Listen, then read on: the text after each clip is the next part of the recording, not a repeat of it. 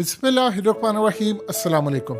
आप अंदाज़ा कीजिए ज़रा, इस मुल्क के अंदर मेरिट की सूरत हाल ये है कि आईजी खैबर पख्तूनख्वा ने आकर ऐलान किया। उन्होंने कहा कि हम हर सूरत इलेक्शन करवा सकते हैं और इलेक्शन करवाने के लिए हमें कोई मसला नहीं है। मैंने पूरा जो डिप्लॉयमेंट प्लान है सिक्योरिटी देने का, वो सारे का सारा मैंने इलेक्शन कमीशन को दे दिया है। हम यहाँ पर दहशतगर्दी के वाक़यात इक्का दुक्का होते रहते हैं। पुलिस इंतखाबात की पूरी सिक्योरिटी देने के लिए तैयार है, लेकिन तारीख देना गवर्नर साहब का इख्तियार है, ये हमारा काम नहीं। एक्सप्रेस न्यूज़ के जर्नलिस्ट साकिब बिक ने इसको ट्वीट किया। उनकी पर्सनल मुलाकात हुई, उन्होंने इस बारे में भी बताया। आईजी ऑलरेडी क्लियर कर चुके हैं। अब आप जरा अंदाजा कीजिए कि हुआ क्या है। आईजी ने वो काम कर दिया है जो इन सब का प्लान ही नहीं था। इन सब का प्लान था इंतखाबात करवाने नहीं है। शेख रशीद ने जिस तरह कहा कि मुझे आकर इन्होंने कहा कि इमरान खान को हमने आने नहीं देना, हमने वफाकी और सूबाई असम्बलियों के एक साथ इलेक्शन करवाने हैं। और आप सोचिए जरा, इनका प्लान आईजी ने बेड़ागर कर दिया। इस प्लान की धज्जियां उड़ा दी जो बंद कमरों में हुआ था कि हमने इलेक्शन नहीं करवाने, इलेक्शन करवाए तो इमरान खान जीत जाएगा। इन्होंने फैसला किया है कि आईजी को ही हटा दे ओहदे से, और खैबर पख्तूनख्वा के आईजी को हटाने का फैसला हो गया। आप अंदाजा कीजिए कि आपके मुल्क की ये सूरत हाल है कि एक आईजी कहता है मैं इलेक्शन करवा सकता हूं, मैं सिक्योरिटी दे सकता हूं, मैंने सारा प्लान दे दिया है, दहशतगर्दी के वाक़यात हो जाते हैं हमारे यहाँ पर। इनको तकलीफ चढ़ गई। प्रॉब्लम इनको ये आई कि अगर खैबर पख्तूनख्वा के अंदर इलेक्शन हो जाएंगे तो फिर तो पंजाब के अंदर भी इलेक्शन होंगे, वहां पर भी इलेक्शन करवाने पड़ेंगे। तो ये तो हमारे लिए बहुत ज्यादा खतरनाक मामला हो जाएगा। तो हमें अब क्या करना पड़ेगा? फिर इन्होंने बंद कमरों में फैसला किया कि नहीं, इलेक्शन तो हमने नहीं होने देने। हाँ, हम आईजी को फारिग कर देते हैं, क्योंकि आप ये देखिए कि दहशतगर्दी जो है वो अफगानिस्तान की साइड से पहले वो वजीरिस्तान आते हैं, फिर केपी के, फिर वहां से होते हुए पंजाब में, यानी अफगानिस्तान की साइड से सारा मामला होता है। तो अगर खैबर पख्तूनख्वा का आईजी कहता है कि भाई मैं इलेक्शन करवा दूंगा, कोई मसला ही नहीं है, ये तो सिलसिला ही कोई नहीं है, तो आप अंदाजा कीजिए इनके पास क्या दलील थी। इनके पास दलील थी कि वहां पर दहशतगर्दी है, जो झूठा।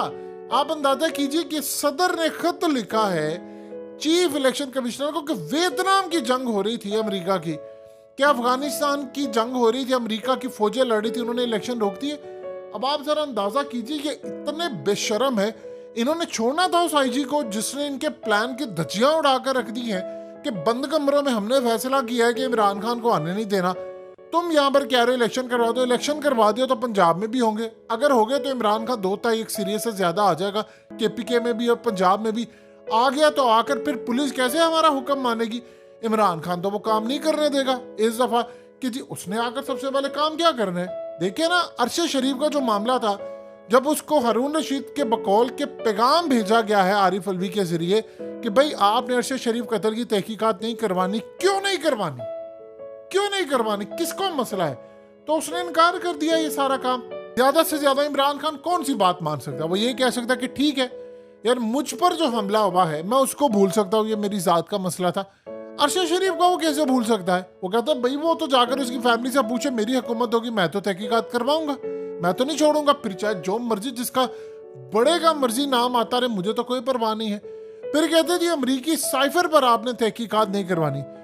चले, इमरान खान शायद दिल बड़ा करके ये भी कह सकता, फिलहाल उसने बात मानने से इनकार कर दिया, लेकिन चलो जब अगर वो इख्तिदार में आता वो सोचता कि ठीक है यार अब हो गया सो हो गया, अब क्या कर सकते हैं, पता सबको है किसने साजिश की और किसने अमल कराया, किसने तख्ता उल्टा, किसने एमक्यूएम को, सबको, शहबाज शरीफ को किसको वजीर आजम बनाया, वो कौन था, वो कौन था, वो कौन था, वो सबको पता है। तो इमरान खान शायद भूल जाते।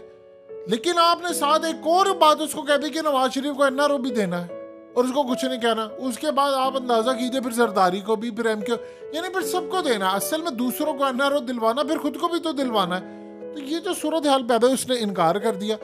अब यहाँ पर आप अंदाजा कीजिए इमरान खान काम पर गलत है। इमरान खान ने सदर को कहा है कि हमने इन पर आर्टिकल 6 लगवाना है, हमने तो इनको छोड़ना नहीं है। आप यकीन कीजिए इमरान खान की हुकूमत आए, सबसे पहले आकर उसको इस आईजी को वापस लेकर आना चाहिए, जिसने कहा है कि मैं उस प्लान का हिस्सा ही नहीं बनूंगा जिसके अंदर इलेक्शन ना करवाने वाला सिलसिला, मैंने सारा प्लान दे दिया, आपने उसको हटाने का फैसला कर लिया। यानी आप अंदाजा कीजिए जरा, आपके मुल्क में सूरत हाल हो रही है कि एक बंदा, आप बताइए कि अगर दहशतगर्दी हो रही हो तो एक आईजी है, अगर कोई बेचारा पुलिस वाला शहीद हो जाता है, केपी के पुलिस का है किसी का भी, तो जाहिर सी बात है लोग आईजी से पूछेंगे।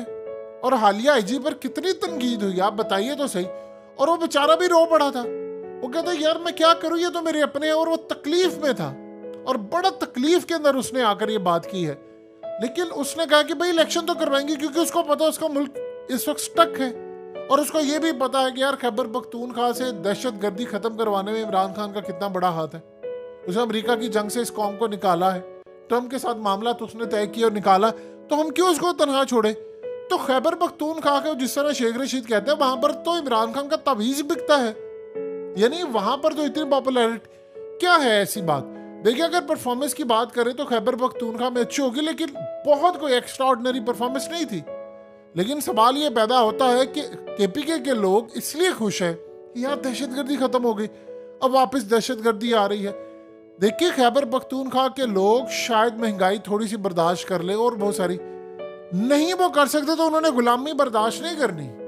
अमेरिका की गुलामी अफगान तालिबान ने नहीं बर्दाश्त की।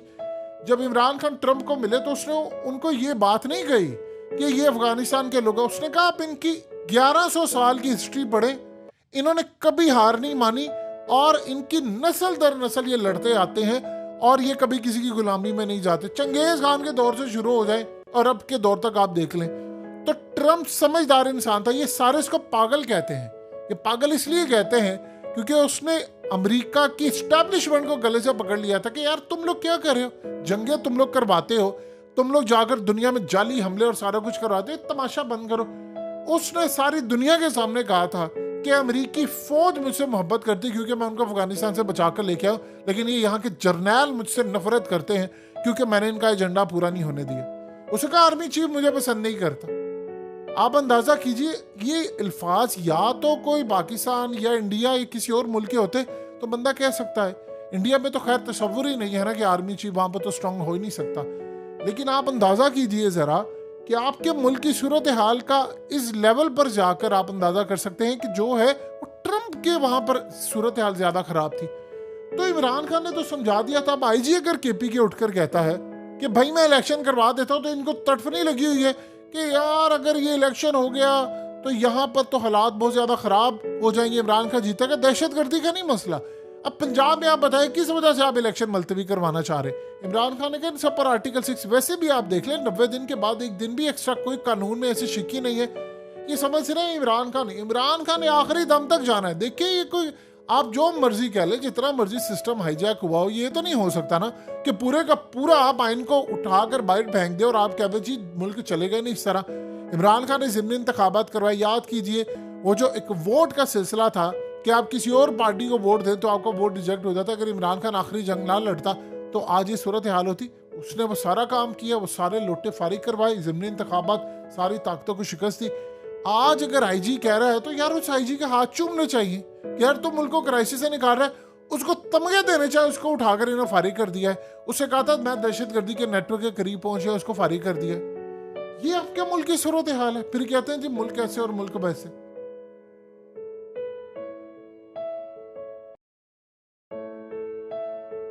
हकीकत टीवी को सब्सक्राइब करना मत भूलें। वीडियो को लाइक करें, शेयर करें और कमेंट सेक्शन में अपनी राय का इजहार जरूर करें।